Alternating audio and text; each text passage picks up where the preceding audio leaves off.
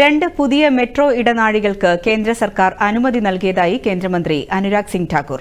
കേന്ദ്ര മന്ത്രിസഭാ യോഗത്തിനു ശേഷം ന്യൂഡൽഹിയിൽ വാർത്താ സമ്മേളനത്തിൽ സംസാരിക്കുകയായിരുന്നു അദ്ദേഹം. मेट्रो नेटवर्क आज देश में है और 919 किलोमीटर की मेट्रो लाइंस अंडर कंस्ट्रक्शन है जो आज काम चल रहा है. मुझे कहते हुए प्रसन्नता है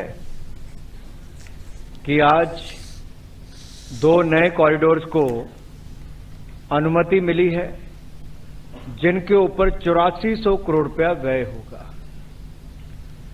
लाजपत नगर से साकेत जी ब्लॉक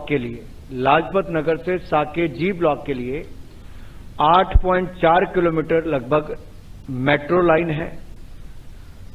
ये इसके 8 स्टेशन 8400 കോടി രൂപ മെട്രോ ഇടനാഴികൾക്ക് വേണ്ടി ചെലവഴിക്കും.